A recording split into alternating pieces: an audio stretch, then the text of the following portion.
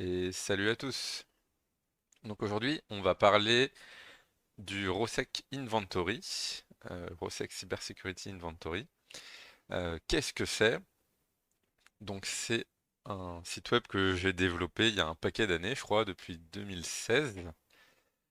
Du coup, qui est un inventaire, comme son nom l'indique, pour trouver tous les outils, toutes les ressources qui sont liées à la cybersécurité. Depuis quelque temps, j'avais rajouté un moteur de recherche un peu en mode Google. Je sais pas si vous cherchez les outils qui sont liés à JWT, faut 3 caractères minimum, sinon de toute façon ça vous renverrait que des résultats pas très pertinents. Et du coup, il vous retourne tous les outils qui sont liés au JWT. Voilà, pour craquer du JWT, principalement pour faire certaines attaques. Et puis là, il vous parle de Pentester Lab parce que dans les exercices qu'il y a de dispo sur Pentester Lab, il y a aussi des exercices sur JWT. Donc on a des outils, on a des ressources. À chaque fois, vous avez la catégorie qui est affichée. Donc là, outils exploitation web. Bon, voilà, tous un peu la même chose. Là, ici, outils cryptographie. Et là, ressources, plateforme de challenge. Après, vous allez retrouver, quand c'est open source et qu'on sait du coup le langage, est-ce que c'est gratuit ou c'est payant? Est-ce que c'est en ligne ou hors ligne? Donc là, tous les outils, bah, forcément, c'est hors ligne, mais quand c'est des sites web, la question peut se poser. Et quand les outils sont disponibles sur Black Arch, du coup, il y a un petit label avec le nom de l'outil tel que le nom du package dans Black Arch, qui peut des fois différer du nom de l'application. Donc ça, déjà, rien qu'en soi, c'est génial. En dessous, vous retrouvez le site web et le, le repo source, Git en général. Là, vous voyez que vous avez un petit plus. Donc quand vous cliquez dessus, en fait, ça va aller parser l'application, l'API GitHub pour vous afficher les informations complémentaires liées au repo GitHub. Donc le owner, la description qui est dans le repo, quelle est la licence, le nombre de forks, le nombre de stars, le nombre de tout ça, et puis le dernier commit sur l'appli, sur le repo, l'activité, donc là 0 commit par an. Et la release, bah, il y en a jamais eu. Donc on voit que l'outil il est un peu abandonné. Mais si je prends, je sais pas, par exemple JJWT Tool, hop, on va peut-être avoir des infos différentes. Non, ça n'a pas l'air super maintenu, mais en tout cas la dernière release elle est de 2022. Enfin voilà. Après, en fait, on va pouvoir retrouver une autre vue que la recherche quand on cherche des trucs plus précisément. Donc, originalement, il n'y avait pas la page de recherche comme ça. Il y avait juste les tableaux que je vais vous montrer et pourquoi j'avais créé aussi cet outil dans l'overview. Bah parce que en fait, bon déjà, du coup, c'est open source, donc toutes les données, en fait, elles sont disponibles sur GitLab. Vous verrez tout à l'heure, on peut contribuer assez facilement. Parce que du coup c'est plus pratique, on va le voir dans les tables, on peut chercher, filtrer par langage et tout un tas de choses, et du coup tout est statique. Donc là il n'y a pas un serveur côté back-end en PHP ou je sais pas quoi. C'est vraiment en fait build à la main en mode static gen, donc tout est compilé, tout depuis les sources, le moteur de template, etc. compile en HTML, CSS, JavaScript, et du coup tout est 100% client-side.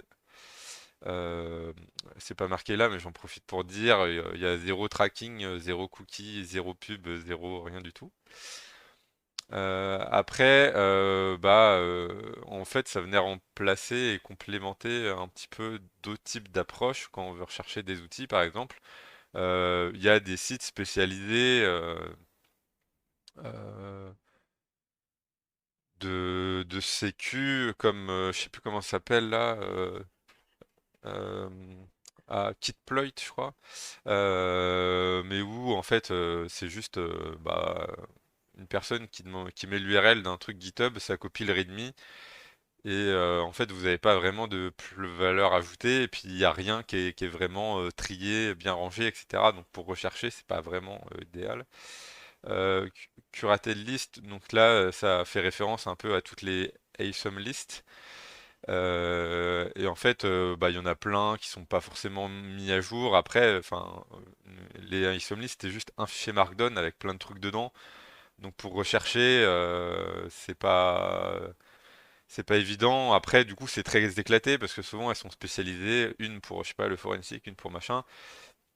Donc faut jongler entre toutes les ISOM lists, mais après, faut trouver les ISOM lists qui référencent les autres ISOM lists et ainsi de suite.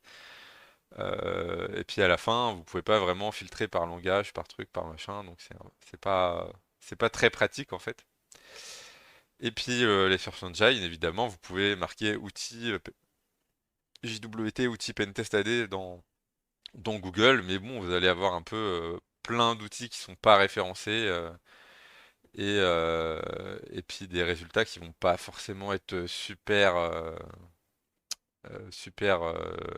pertinents parce que du coup, bah forcément, c'est un robot qui a indexé des trucs automatiquement, alors que là, tout a été vraiment trié, bien rangé à la main, et donc c'est plus pertinent. Donc après, si on reprend les tables, là je vais dans la catégorie outils. Donc si on veut chercher un truc plus précisément que dans le moteur de recherche, bah, par exemple, je peux aller dans outils. Vous voyez que là, vous avez un raccourci vers toutes les catégories. Donc par exemple, si je cherche un outil de crypto, pof, je suis emmené à la catégorie crypto. Donc après, on a un tableau comme ça où on retrouve le nom de l'outil, le site web, le source, donc souvent c'est un repo GitHub, la description, le langage, est-ce qu'il est gratuit ou payant, et est-ce que c'est une ressource en ligne ou hors ligne. Donc un peu les mêmes infos que tout à l'heure. Je précise que gratuit ou payant, c'est juste que si c'est marqué free, c'est gratuit. Et si c'est marqué paid, ça peut soit être un outil totalement payant, comme je sais pas, comme IDEA ou un truc comme ça, ou ça peut être un outil qui est disponible en freemium, genre Burp, où en fait il y a une version gratuite qui est limitée et une version payante complète. Euh, voilà. Et donc après, en fait, c'est des tableaux qui sont riches. C'est pas juste un tableau. C'est-à-dire que sur chaque champ, en fait, vous pouvez trier. Donc, par exemple, ordre alphabétique ou un alphabétique inverse. Après, vous voyez qu'il y a un petit entonnoir, donc vous pouvez filtrer. Par exemple, si je cherche juste dans les outils crypto JWT, pof, il m'a filtré par ça. Donc après, en fait, par exemple, ça peut être plus utile, par exemple, pour chercher dans la description. Donc si par exemple je cherche un outil crypto lié autour du zip, pof, je trouve pkcrack, tool for breaking pkzip encryption. Ok, super. Hop, là j'ai un petit bouton pour reset les filtres. Ce qui peut être utile aussi, c'est le filtre surtout par langage. Par exemple, si ce que vous voulez, c'est pas tellement un outil en ligne de commande, mais que vous cherchez une bibliothèque, par exemple, vous pouvez filtrer, bah voilà, tous les outils en Python, voilà tous les outils en Ruby, et ainsi de suite. Et donc, pour vous plug sur votre outil, ça peut être pratique. Après, là, vous pouvez filtrer, est-ce que c'est gratuit, payant ou voilà, en ligne ou hors ligne, pareil. Et donc ça, basiquement, bah, pour un peu toutes les catégories, hop. Donc là, il y a un petit bouton pour remonter, le petit bouton fusée pour remonter tout en haut, pratique, plutôt que de scroll pendant 1 heure. Donc en catégorie, vous avez Adversary Simulation, donc toutes les plateformes d'émulation, en gros, d'attaque, quoi. Exploitation de binaire, donc tout ce qui est un peu pawn, tous les outils qui sont vraiment plus dédiés au bug bounty, donc évidemment tous les outils d'exploitation web, etc. sont pas dedans, mais c'est vraiment, par exemple, il y a des dashboards pour suivre son progrès en bug bounty, des trucs pour se plugger avec Yes ou Yak, machin, etc. Enfin bref. Tous les outils qui sont liés à l'exploit cloud, donc AWS, Azure, GCP, machin truc. Tous les outils de code analysis, donc les outils SAST, donc les outils d'audit de code en gros, Collaboration and Report, très intéressant, très exhaustif, j'ai passé vraiment beaucoup de temps, j'ai testé quasiment chaque plateforme, donc en gros c'est un petit peu quasiment toutes les plateformes qui existent en fait de pen test, donc du coup avec collaboration, rédaction de rapports, lancement de scan, base de vulnérabilité, etc. Donc surtout base de vuln et rédaction de rapport. Les outils d'audit de conf, les outils de cracking, donc c'est plutôt cracking dans le sens cassage de mots de passe, donc tous les outils qui vont générer des word lists, tous les wrappers ou les web UI sur Join ou Hashcat, etc. Et puis des fois il peut y avoir du cracking un peu d'autres types, par exemple du cracking d'archives ou des trucs comme ça. Les outils de gestion de crise, les outils crypto, les outils plutôt. Donc ça c'est un peu fourre-tout parce que évidemment la plupart des trucs sont offensifs et du coup il y a juste une catégorie défensif. Et après il y a une catégorie incident response. Mais si jamais, parce que en fait quasiment sur les 1300 outils et ressources qui sont référencés, j'ai dû en ajouter 1200 moi-même, mais s'il y avait jamais plus de contributions, des gens qui sont dans des blue teams, etc., qui voudraient étoffer, on pourrait bien sûr créer des catégories plus spécifique que tout mettre dans défensif. Donc après, digital forensic, tout ce qui est hardware, les honeypots, tout ce qui est application intentionnellement vulnérable. Donc là, c'est fait exprès, il n'y en a pas beaucoup qui sont référencés. Parce qu'en fait, j'avais commencé à en mettre quelques-unes et en fait, après, je suis tombé. Donc dans les ressources, on verra. Et en fait, il y a un projet WASP qui référence toutes les applications intentionnellement vulnérables et donc je voulais pas juste faire une copie de leur liste. Donc j'ai arrêté d'en ajouter. Tous les outils réseau, donc on va retrouver les outils qui font des queries LDAP, Samba, donc CrackMacExec par exemple, ou NetExec du coup vont être dedans. Les outils d'OSINT et de Recon, un peu mélangés. Tout ce qui n'arrive pas à être catégorisé dans quelque chose, bah, ça va dans Other. Les plugins, très intéressant. Donc là, par exemple, vous avez une colonne en plus, fort. Donc par exemple, ah tiens, j'ai mis un champ de recherche et pas un menu déroulant. Ça pourrait être modifié, ça. Donc par exemple, là, vous allez avoir tous les plugins Burp, des plugins Eclipse, des plugins GDB, etc., etc. Donc ça peut être pas mal. Des outils spécifiques Red Team.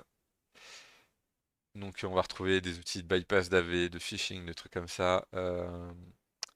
Les outils de reverse engineering, de rétro-ingénierie, de Stegano, d'exploitation système. Donc tous les trucs, par exemple l'InPeas, etc. pour énumérer les élévations de privilèges ou les trucs comme ça, ou d'exploits de kernel. Des outils de CTI, des outils de Vulnerability Assessment, donc liés par exemple à tout ce qui est gestion des CVE et tout ça. Des outils d'exploitation web, c'est peut-être bien la plus grosse catégorie où il y a le plus d'outils. D'ailleurs, en fait, sur chaque catégorie, en dessous, on voit le nombre d'outils. Donc, il y a 9 outils dans Adversary Simulation. Et tout ce qui est sans fil. Donc, si je vais dans Web App, il y a 210 outils juste dans la catégorie exploitation web. Donc là, c'était juste les outils. Après, on a tout ce qui est référence, ressources, pardon. Donc on va retrouver les plateformes de bug bounty, de pentest as a service et de disclosure. Donc là, gros effort aussi qui a été fait, référencer toutes les plateformes de bug bounty, euh, de, de, de responsible disclosure et une ou deux plateformes de pentest. Donc il y a aussi des VDP et ainsi de suite. Des plateformes de challenge, gros taf aussi qui a été fait. Il y en a 72 de référencés, donc bien sûr dedans vous avez TryHackMe, Hack the Box et RootMe, mais vous en avez mais tellement d'autres. Certaines qui sont spécialisées, par exemple dans le pawn ou dans des trucs. Voilà. Des sites liés au tout ce qui est CVE, donc vous avez le petit attaqueur KB de Rapid7 et plein d'autres sources. Bon, voilà. Les events, donc évidemment au début j'avais commencé à référencer 2-3 events, mais en fait c'est infini, donc en fait j'ai viré tous les events et j'ai fait juste référence aux plateformes qui référencent les events. Donc CFP Time pour trouver tous les CFP des confs qui vont bientôt avoir lieu, CTF Time connu de tous qui référence tous les CTF, InfoSec Conférence qui référence toutes les conférences en InfoSec Security CTF où il y a plein d'annonces liées au CTF. Ok. Information News and Blog. Donc, il n'y en a pas beaucoup, mais on pourrait en rajouter plus. Donc, toutes un peu des blogs ou des sites qui vont régulièrement publier des news sur de la sécu. Knowledge and Tools, donc là vous allez trouver un peu tous les sites de cheat sheets et ou qui référencent des outils. Donc justement, vous allez retrouver des guides, vous allez retrouver tous les sites, genre les GTF Obin, les Hacktricks, par exemple, je pense que Payload All the Thing doit être dedans et tous les trucs comme ça. National Security Agencies and Services, on c'est un peu du troll, mais c'est pour référencer les agences de renseignement. Toutes les ressources qui sont pas disponibles en anglais, donc soit qui sont disponibles dans un langage spécifique, ou enfin en tout cas qui sont pas disponibles en anglais. Donc par exemple, on va retrouver, qui va pas être dans les plateformes, par exemple, de CTF, on va retrouver The Black Side parce que du coup, qui est disponible que en français. Et donc après, on a du coup la catégorie, c'est une plateforme de challenge. Donc là, je sais pas, on a une plateforme de challenge qui est uniquement en coréen, etc. Donc je les ai mis à part parce que évidemment, ça intéresse qu'une partie limitée des personnes. Mais si vous recherchez un truc qui est disponible dans votre langue, ça peut être intéressant. Euh, des trainings ou des cours qui sont gratuits. Donc évidemment, ça n'a pas vocation à remplacer. euh, Enfin, je pourrais rajouter beaucoup plus de trucs là-dedans. Tout ce qui est tuto et collection de write-up. Après, du coup, on a les plateformes de CTF, donc les plateformes d'attaque-défense, il y en a 11, donc c'est plein de gens ne savent pas forcément que ça existe. Des plateformes hybrides, donc là il n'y en a qu'une qui fait et attaque-défense et géopardie, et 52 plateformes de géopardie. Donc il y a beaucoup de personnes qui pensent qu'il existe uniquement CTFD, et non, en fait il en utilise des tas d'autres. Les gens connaissent un peu Facebook CTF ou quelle la particularité où c'est une carte du monde ou avec des pays, etc. Il y en a qui sont excellentes avec des tonnes de features comme celle du Mitre. Il y en a qui sont un peu spécialisés dans tout un tas de trucs. Après, il y en a un paquet qui sont un peu abandonnés aussi des fois. Plein de choses très très intéressantes à trouver dedans. Et après, là aussi, gros travail pour référencer tous les systèmes d'exploitation liés à la sécurité. On va retrouver les OS liés à l'analyse de malware, au forensic, au reverse engineering, euh, pff, monitoring. Après, il va y avoir tout ce qui est penetration testing on security lab. Donc, c'est là que vous allez retrouver les Kali Linux, les parottes, mais évidemment l'excellentissime Black Arch Linux, la meilleure distribution de pentest qui existe avec plus de 2800 outils incroyables et tout un tas d'autres qui sont peut-être moins connus. Qu'est-ce qu'on a d'autre comme catégorie? Signal Intelligence, Privation Anonymity, donc on va retrouver les Unix, les Kodachi, Tails, incroyables.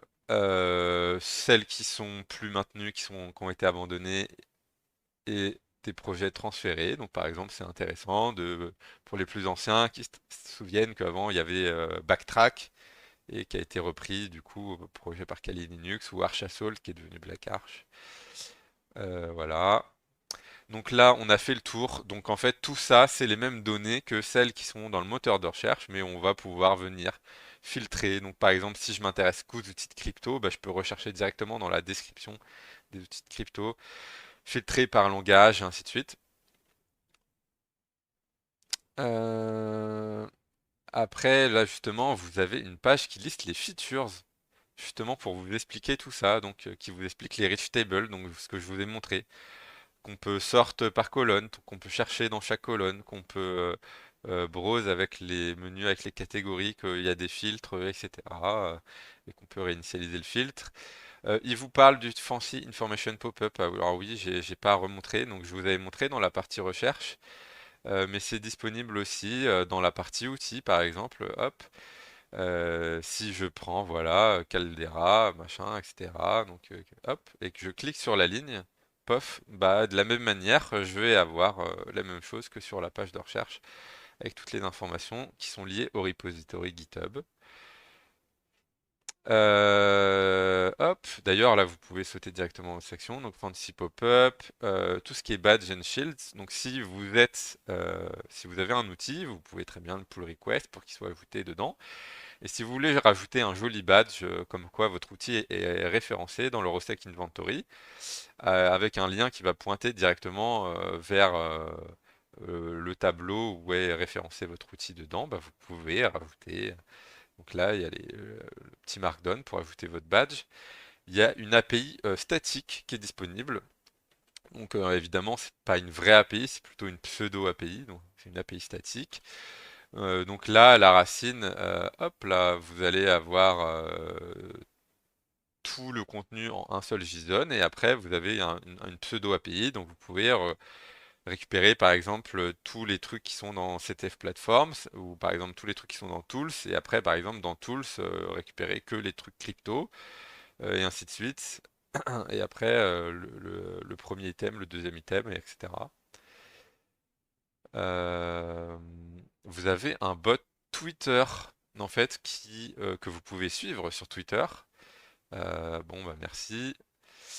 Qui va vous publier tous les jours un outil ou une ressource aléatoirement chaque jour. Donc vous n'êtes pas spammé, il y a juste un outil, une ressource par jour qui va vous mettre en avant. Donc ça vous fait une petite veille gratuite pour découvrir des nouveaux outils, des nouvelles ressources. Bon, là, ça vous parle du moteur de recherche. Et vous avez eu cette personne-là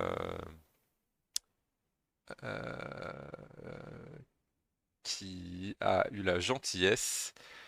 Son ancien pseudo, c'était Monsieur Bouna Bouamama. Donc son nouveau pseudo, c'est Tiki Six, qui a eu la gentillesse de faire un outil en ligne de commande qui du coup s'appelle Rosec CLI où vous allez pouvoir lister toutes les catégories ou faire des recherches et tout ça en ligne de commande. Donc hop, là je l'ai déjà installé, donc sinon c'est pip install, hein. Je suis dans un environnement virtuel, donc Rosec CLI list. Donc après vous mettez par exemple la catégorie Tools et puis la sous-catégorie Vulnerability Assessment là par exemple. Hop. Et il va vous lister en ligne de commande tous les outils, etc. Hop, donc je dois l'avoir dans mon historique. Par exemple, là je fais une recherche où je veux que les outils qui sont référencés dans Blackarch et je veux que les outils qui sont écrits en Python, qui font du JWT. POF, donc avec des filtres en ligne de commande et POF, pareil, il va me sortir. Donc ces trois outils, JWT Tool, JWT 4, MyJWT qui sont disponibles du coup dans Blackarch. J'ai le nom de la commande là, ils sont tous en Python, etc. Euh, je sais plus s'il y a d'autres commandes disponibles. Non, il n'y a que list et search, mais après, il peut vous lister tous les autres flags qui sont disponibles. Donc, par exemple, sur la commande search, il doit y avoir plein de filtres de disponibles, etc. Vous pouvez même choisir ce qui peut être sympa. Par exemple, là, pour l'outil de recherche, donc par exemple, hop, je vais enlever les filtres pour avoir plus d'outils. Par défaut, j'ai un output qui est en table, je crois, mais vous pouvez le sortir en JSON, en CSV et en liste. Donc là, je sais pas si c'est liste ou si c'est table, mais du coup, on peut faire un moins moins output table pour voir ce que ça donne. Donc à la place, vous avez un tableau comme ça, incroyable, c'est joli. Mais si vous voulez le plugger avec un autre outil, bah du coup, vous pouvez faire POF, sortie en JSON qui est déjà minifié, ou en CSV, POF. Voilà, incroyable. Outil de très grande qualité. Hop là, et donc on en a fini pour les features. Donc après, il y a une documentation pour le projet, pour l'utilisation, surtout pour la contribution. Donc comment on fait pour ajouter un nouvel outil. Donc en fait, vous voyez, si vous allez dans le code source, en fait, vous avez une arborescence avec data, chaque catégorie, et dans chaque catégorie, en fait, il y a un fichier pour chaque sous-catégorie. Et après, dedans, en fait, c'est une liste de d'items en JSON. Donc, basiquement, vous avez le nom, le site web, la source, la description, le langage, etc. Et donc, voilà, rajouter un outil, en fait, c'est pas compliqué. C'est rajouter un truc comme ça avec 6 lignes en JSON. Donc, c'est très, très simple. Après, vous pouvez vous rajouter dans la liste des contributeurs. Et donc, il y a tout un tas de petites règles donc qu'on met que en anglais, qu'il faut que les phrases elles soient formatées comme ça, qu'on met pas de contenu promotionnel, qu'on répète pas le nom de l'outil dans la description, patati patata. Pour les gens qui sont pas trop habitués à utiliser Git et tout, donc ça vous explique comment on peut sur GitLab forker le repository, faire une pull request, patati patata. Comment on peut faire la même chose en ligne de commande, tout un tas d'informations, comment utiliser l'API, l'architecture de l'API, une FAQ pour les gens qui voudraient dev sur le projet. Il y a tout un tas, c'est une documentation. Si vous voulez contribuer, il y a une petite page avec juste quelques pointeurs, donc qui vous dit, bah là, regardez, il y a un guide, là, il y a ci, là, il y a ça. Vous pouvez retrouver des exemples de pull request, une liste des issues qui sont ouverts avec des trucs si vous savez pas quoi rajouter, donc il y a tout un tas, une liste de trucs à rajouter. Ainsi de suite. Donc là, assez intéressant, vous allez retrouver les liens vers un peu la galaxie, on va dire, tout l'univers Rosec, donc le blog avec les news et tous les write-up. Le but c'est pas de faire une vidéo dessus. Le site web avec les write-up, donc on a pareil le moteur de recherche avec plein de write-up sur TryHackMe, Hack the Box et quelques CTF.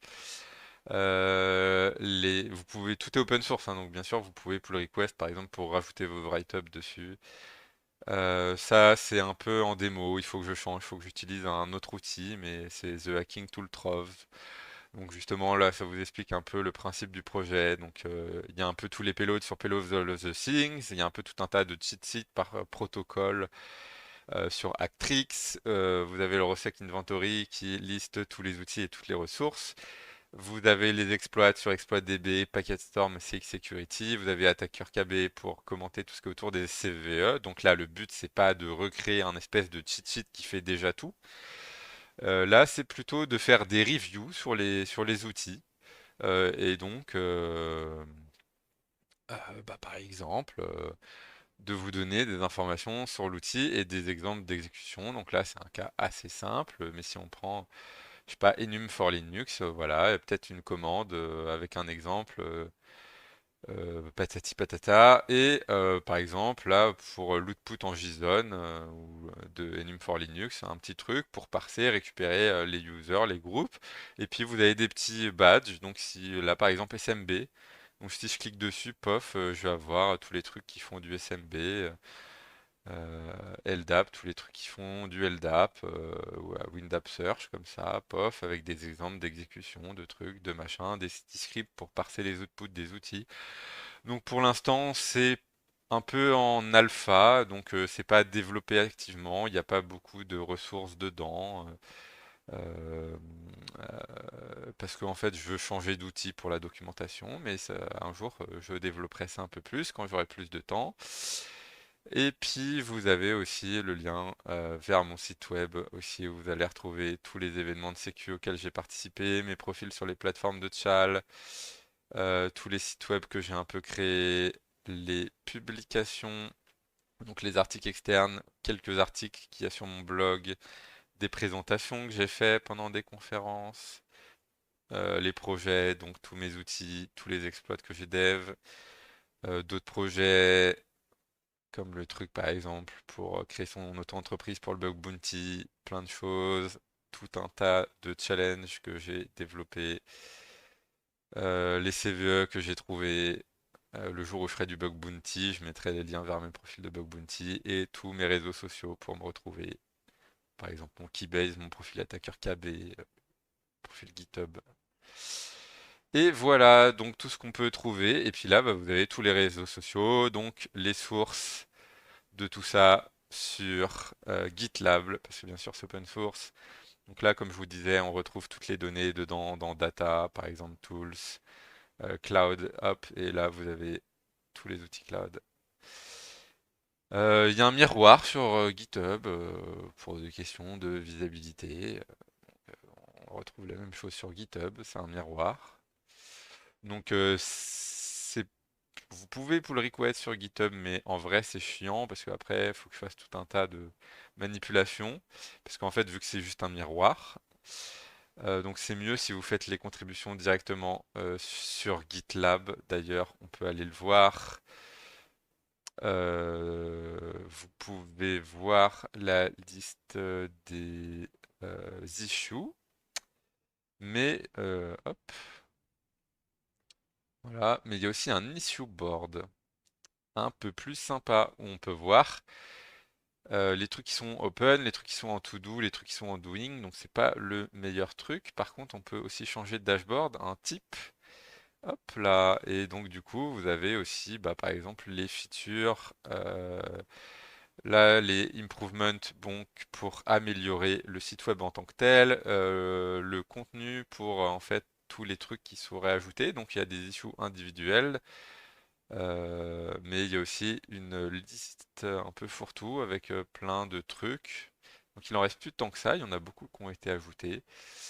Donc si vous n'avez pas d'idée de quoi rajouter, bah, vous avez voilà, des exemples. Vous allez retrouver le compte Twitter de Rosec, le compte du bot qu'on a vu, le serveur Discord et la communauté sur Reddit. Voilà, donc on a fait le tour un peu de la galaxie Rosec. Et puis si on tape à la racine aussi, ro.pm, on peut retrouver juste une petite page statique qui donne juste un petit lien vers les différents sites web, deux, trois infos, les réseaux sociaux, voilà. Et hop là, petit bonus. Donc du coup, je voulais faire une passe sur les alternatives. Donc par exemple, dans la dernière vidéo de la Luca, avait l'air de découvrir, et il mettait en avant du coup Offsec Tools. Peut-être qu'il connaissait pas le Rosec Inventory. Euh, du coup, en fait, pour rappel, moi, mon site, il existe depuis 2016. Il est full open source. Il y a zéro pub, zéro tracking, zéro argent. Donc là, on a Offsec Tools. Du coup, qui objectivement, vous allez le voir, qui est quand même beaucoup moins bien. Donc vous arrivez sur une page d'accueil où vous avez juste les outils qui sont featured. Donc il y en a juste qui sont featured comme ça. Après, en fait, il y a un système de sponsoring. Donc il y a des gens qui payent pour mettre en avant. Donc c'est un peu de la publicité, leurs outils. Donc vous avez tout un aspect commercial. Vous avez une page avec les outils rajoutés récemment. Euh, une page Learn and Trains, donc c'est un peu la catégorie training dans mes ressources. Le truc ressources qui a été rajouté récemment, donc peut-être qu'il a trouvé que c'était une bonne idée sur mon site web. Euh, la liste des contributeurs, des newsletters, donc je sais pas trop ce qu'il y a dedans. C'est juste un changelog en fait. Euh, tags, donc on peut choisir une catégorie, il va nous montrer les outils. Donc j'en profite pour cliquer sur un. En fait, vous avez à chaque fois, il faut que vous cliquez sur les outils pour avoir les infos. Et donc vous avez un screenshot, c'est un peu la seule plus-value qu'il y a par rapport au Rosec Inventory. Des tags, juste le GitHub, et vous n'avez pas toutes les informations supplémentaires qu'il peut y avoir dans le Rosec Inventory, et une description rapide mais qui est souvent en gros un copier-coller du README en fonction de ce que les contributeurs ils ont mis, mais qui est un copier-coller souvent du README. Donc ça a été moins travaillé à la main parce que dans Rosec Inventory, il n'y a aucun copier-coller. Toutes les descriptions, c'est des trucs qui ont été faits sur mesure parce qu'il y a plein d'outils et si vous copiez-collez la description courte qu'il y a dans le README, c'est pas très parlant. C'est très promotionnel, c'est marqué fast, better, je sais pas quoi, et ça vous dit pas vraiment ce que l'outil fait. Donc toutes les descriptions, nous, elles ont été faites à la main, c'est pas des copier-coller. Et là, vous avez un Surprise Me qui vous met juste des outils aléatoirement, et c'est tout, et un moteur de recherche. Voilà, donc il y a quand même beaucoup moins de fonctionnalités et de trucs autour de ça. Et juste pour info, c'est un site qui est close source. Donc en fait, c'est un peu trompeur parce que vous avez un GitHub, donc le code source du site web est open source, mais vous verrez qu'il n'y a aucune information sur aucun des outils dans le code source ou sur son profil, parce qu'en fait c'est sur une base de données qui elle est closed source, qui est sur un serveur quelque part, et auquel vous n'avez pas accès. Donc les données ne sont pas open source, vous ne pouvez pas y accéder sauf en scrapant le site web, alors que moi je les mets à dispo avec l'API et via d'autres moyens, etc. Et du coup, ce qui lui permet de garder ces données, de pas se les faire copier, j'imagine. Donc le site web, il a été créé en 2022. Donc quand il a créé le site web, moi je lui avais proposé, regarde, il y a mon site web qui existe depuis 2016, peut-être que tu aurais envie de contribuer plutôt que d'en créer un autre. Il a dit non, non, je préfère avoir mon propre truc. Et du coup, bah, vu qu'il y a effectivement une partie un peu monétisation, donc on voit sponsorisé par Project Discovery et une dizaine de personnes indépendantes, il y a une question financière, donc ils préféraient justement bah, gagner de l'argent plutôt que de contribuer à l'open source. Euh, et bon, bah, c'est un peu dommage, mais c'est comme ça. Voilà, je pense qu'on a fait le tour.